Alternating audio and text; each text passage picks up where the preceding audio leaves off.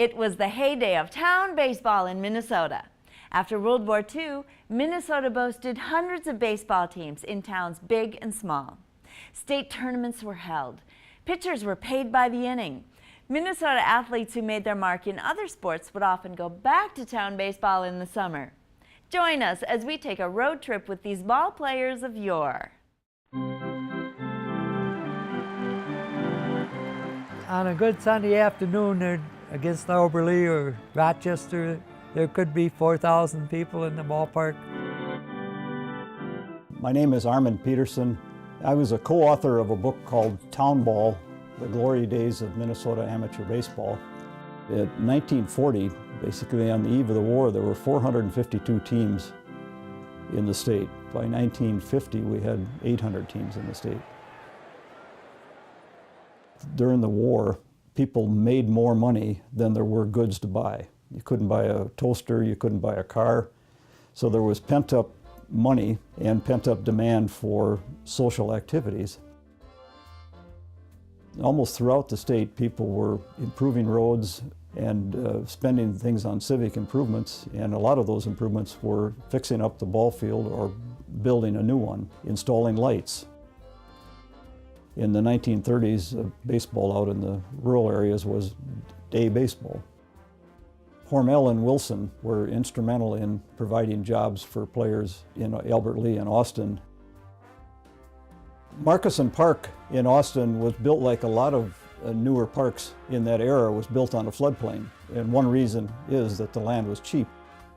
It was not good for agriculture or anything else. Markuson Park was a big draw for people. They had locker rooms in it. It had really decent amenities for an amateur or semi-pro team. In 1950, they averaged almost 2,700 fans per game. I don't know what this grandstand holds, but there was supplementary bleachers down both sides down to the outfield grass. At the Polo Grounds on this Series Day -1, the Giants preview this starting lineup with which they hope to win their first World Championship since 1933. Professional baseball was widely publicized through, beginning in the 20s into the 30s. Babe Ruth, the Yankees, the World Series were big. They were front page news. In the 1950s, we never really got to see professional baseball players. The major leaguers, if we were lucky enough to have television, we might have seen the game of the day. But in the rural areas, that was a snowy reception. You didn't really get to see them. So the ball players we knew were our town team ball players, and they were our heroes. Emil Scheid was the fabled longtime manager of the Austin Packers. He was the guy that the opponents loved to hate because he was a bigger-than-life character. He liked to get on the umpires once in a while. He was a real competitor, but he didn't yell at the players. They were men, and it was more management than coaching and screaming. I had a great time as bat boy with my dad. He coached third base, had mannerisms that a lot of people thought reminded them of Casey Stengel, the famous manager of the New York Yankees. He had a plumbing business, and he worked directly for Hormel's, and he had a source for employing new ball players at Hormel's, and the ones that he couldn't get a job in Hormel's or didn't want to work at Hormel's, he made plumbers out of them. What the teams were made out of were guys that were down high school players that were good, outstanding, and then the recruits from college, maybe a couple. Pretty soon it got to being that if you wanted to compete, you had to start going out and looking for professional players as well. There are a lot of famous Minnesotans who played sports other than baseball, whom you will find have played town team baseball.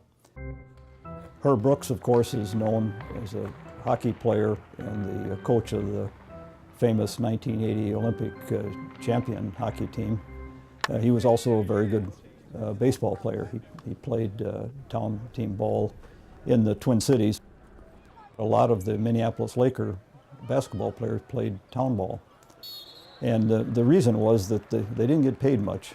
And George Mikan might have been the only one who made enough money to live on 12 months a year on his basketball salary. Back in Austin, Bill Skowron was recruited. He was a sophomore at Purdue in 1950. He played halfback on the football team, and he got recruited to come to play at Austin. And towards the end of the year, the Yankees were chasing him. I was with the Yankees 9 years. We won 7 pennants. Wow. Moose came to play baseball, and he also went to work for Scheid Plumbing and Heating. That summer, he did so well in Austin that he signed his contract on my dad's living room table in July or August for a big bonus at the time, $30,000, I think it was. I've got his baseball card here. He hit 300 for the Yankees for 5 or 6 years in a row. Bud Grant was perhaps one of the more versatile athletes in University of Minnesota history, and of course was drafted by the Philadelphia Eagles. He played a couple of years for the Minneapolis Lakers as well, but he always went back to baseball in the summer. The decline of town ball can be attributed to several conditions. One is the economy slowed down. The farmers didn't have as much money to spend, and the teams were spending too much money, and most of them had to pass the hat to ask for donations to keep the team solvent. And then television started, and people had something else to do now on Tuesday night. And people had more entertainment options. You noticed people were buying boats to go cruising on lakes or going fishing. Golf got to be a bigger game that had previously been only for fairly wealthy people. Now, a working man could play golf. Pinch hitter John Mize outpulls brother infielders Phil Rizzuto and Jerry Coleman. Baseball was the national sport. When they said it was a national pastime, it really was. People enjoyed getting together to watch their local boys play, even if the local boys were hired from outside. We didn't have television, and most people didn't have air conditioning. Going to a night game was a way to cool off, and plus it was a nice social occasion. You got to meet your neighbors. Historians now have said that baseball became a way for immigrants to become Americanized. The banker and the plumber and the grain elevator laborer, the car mechanics all sat in the bleachers together. Bud Grant says he has a lot of fond memories of town team baseball. He wrote, "Town ball was a big playground in the 1940s and 1950s. I made more money playing baseball for town teams than I did playing basketball for the Lakers, and we won an NBA title. It was an amazing era, one that we will never experience again."